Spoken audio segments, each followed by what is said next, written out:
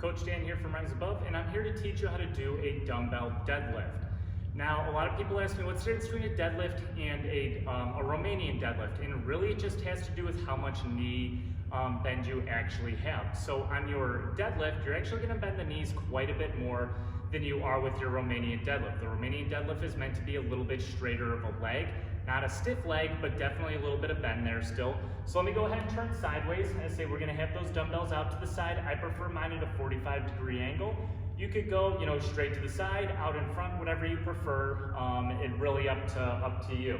And say I actually go a little bit wider on my feet for my deadlift as opposed to my RDL. I do tend to put my feet a little bit closer together. So what I'm going to go ahead and do is it's just like a hip hinge in general.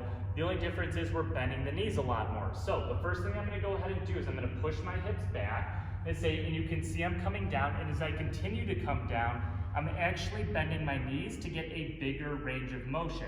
Now, I'm not letting my knees come up and over my toes. If I let my knees come up and over my toes, I'm actually going to start squatting, and I'm going to feel it in my quads, the front of the leg, as opposed to my hamstrings, which is the back of the leg. So let me go ahead and reset for you on this.